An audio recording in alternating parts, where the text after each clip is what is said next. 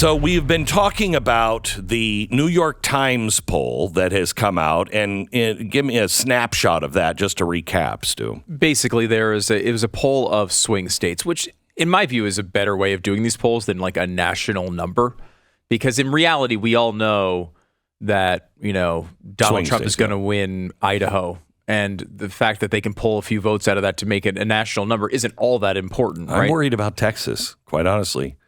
Lots of new people in Texas.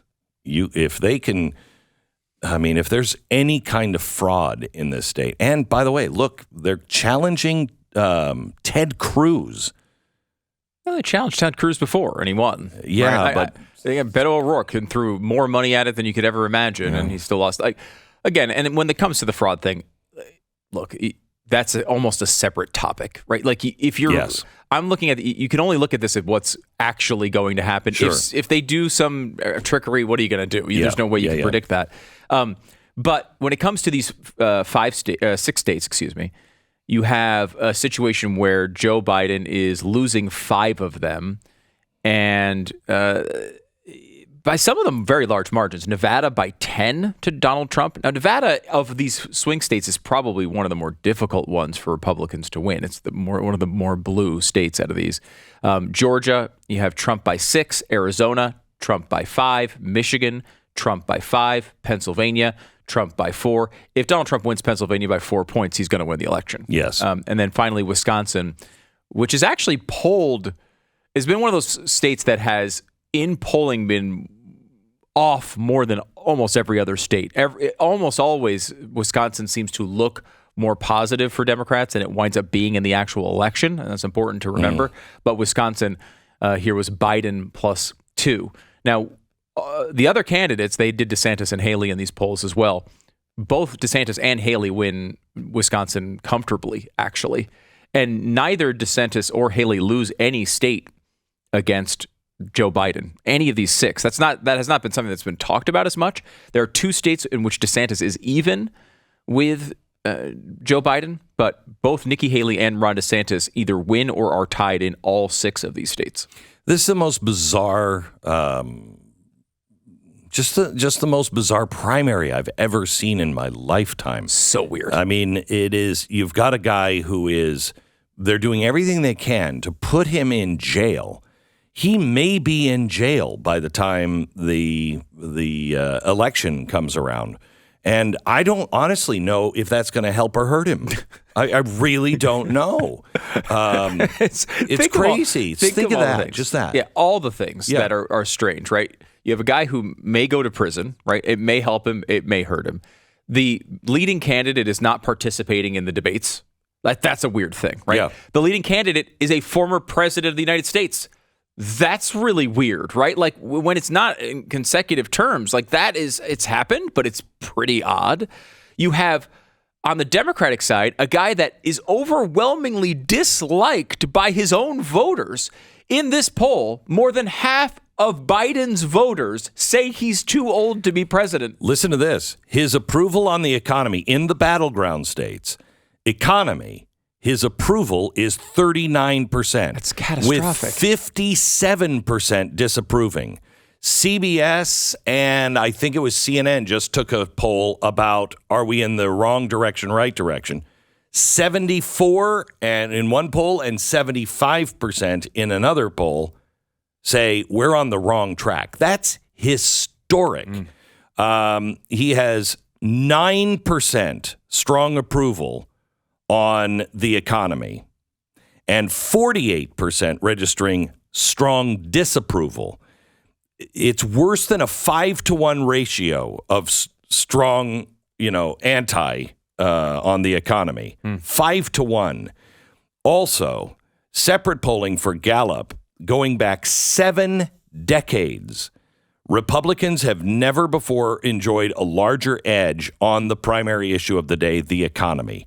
7 decades, 70 years, they've not seen polling like this. Not even through Reagan.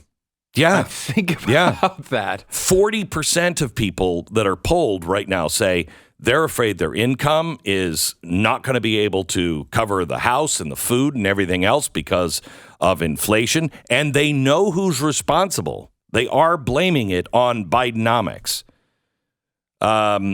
Real incomes, declining real incomes make the staples of life difficult to finance, and housing affordability has never been worse. This is according to Goldman Sachs. The first time in history, the average apartment rent is $2,000 a month. The average apartment, up from $1,600 when Biden took office. Battleground state voters overwhelmingly blame poor policies for this financial squeeze. 71% now say it's government policy that has contributed to this rise in rent, with 50% blaming the government a great deal. That's pretty significant. Yeah, I'd say it is. And when you look at the economy, there's some interesting breakdowns when you look at the economy. They're all bad for Biden. There's nothing there. Even people who didn't like Trump are saying, well, look, at least the economy was good when he was president. If you go back, Glenn, 30 or 40 years, the only two times that people were really optimistic on the economy overall were like 1998 to 2000. The end of that of the Clinton era when the internet was kicking in, correct, right before the recession that, by the way, started when Clinton was president. But people didn't know that during the election. And then secondarily was the period 2017 to 2019, or excuse me, 2018 to March 2020 is really the cutoff. Was March 2020. We talked about it. Everything was going so well that only some catastrophic event at the end of his term, and lo and behold, we did see one. A catastrophic event. Yeah, listen to this guy. This is an interesting breakdown from the Times on the economy. A pound of bacon costs an average of $7.08 in the U.S., 21% more than when Biden took office. 21%. The price of coffee beans has risen 33%. A gallon of gas is 72% more expensive. And because inflation affects everyone, it can damage the public mood more than almost anything else. And in parentheses, yes, the inflation has fallen sharply this year, but most prices have not fallen. Only their rate of increase has. This is something we've made a point on this 100 times, but you could see they're like trying to spoon feed this to their actual Democratic audience here and saying, hey, the reason why this stuff isn't working here is the rate might be coming down a little bit, but the prices are still increasing. It's a rate of increase. But listen to I thought this was fascinating. A president can't do much to bring down prices in the short term, yet Biden has taken steps to reduce energy prices. He approved, and again, this is a Democrat talking to other Democrats. Think of it in that perspective. All right, so we're in Alice in Wonderland. Yeah.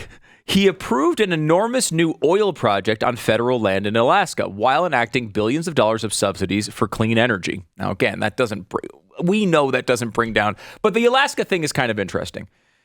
He has been strangely unwilling to brag about the Alaska project, as Matthew Iglesias noted in a recent Substack newsletter. Biden seems more focused on avoiding criticism from climate activists than on winning over swing voters who can help reelect arguably the most climate-friendly president ever. Again, it's Democrats speaking to Democrats. Ignore some of the context here. My eyes are bleeding. But it's interesting, I feel like the right? guy in Casino Royale where blood is just trickling out of the side of my eye, But I mean, if you think about it from just a political standpoint, you have this one thing in Alaska. You'd think in this moment, you're touting that to swing states, right? You're going crazy, making it to a much bigger deal than it actually is. There's a similar dynamic on immigration.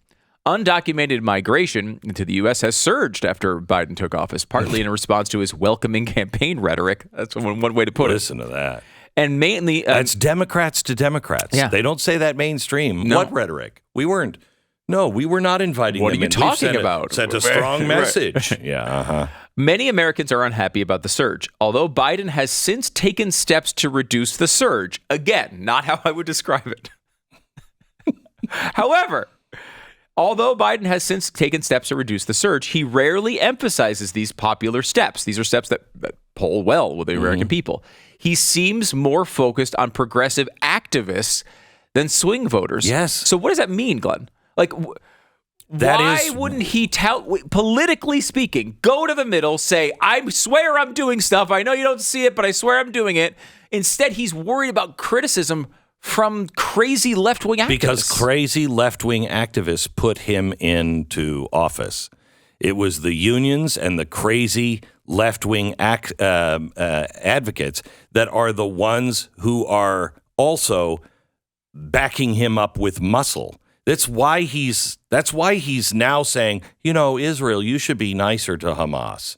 We maybe you should slow down, because he's lost or in danger of losing the people that are behind. Did you notice the signs? Did anybody look at the signs that were on the streets of Washington, D.C. and New York and every place else this weekend?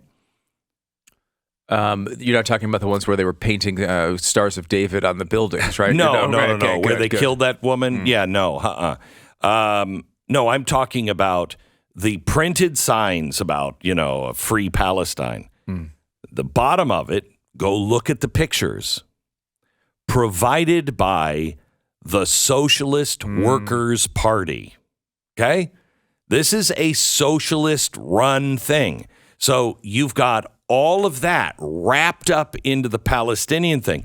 He cannot afford to lose his muscle. He can't afford to lose those advocates, because those are the strongest. What's going to happen is you're going to have those people, or you're going to have the people who are like, you know what, I'm not even going to vote. Because that's the way, I think that's the way your supporters are getting on Biden. If they don't flip, they're just not motivated, because he's not doing anything good for them. How much of this is Biden guarding his flank for a challenger like a Gavin Newsom, like someone else who's going to come out of the woodwork and say, I think a great deal of it. A great deal. Listen to this from Axelrod. He said, David Axelrod, the former, what was he? Obama administration official. Yeah. I don't remember his exact role. It's very late to change horses, and a lot will happen in the next year that no one can predict. And Biden's team says his resolve is firm to run. I'm justly proud of his accomplishments. However, his poll numbers send tremors of doubt, not bedwetting, legitimate doubt. Trump is a dangerous, unhinged demagogue whose brazen disdain for the rules, norms, laws, and institution or democracy should be disqualifying.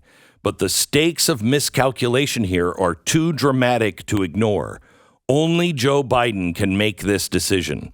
If he continues to run, he will be the nominee of the Democratic Party. What he needs to decide is whether that is wise, whether it is in his best interest or the country's. Wow. He's got to have somebody behind him. He's a big, group of connections inside the Democratic Party. This isn't just some guy saying this. This is a big deal. This is Axelrod. Yeah. This is Axelrod.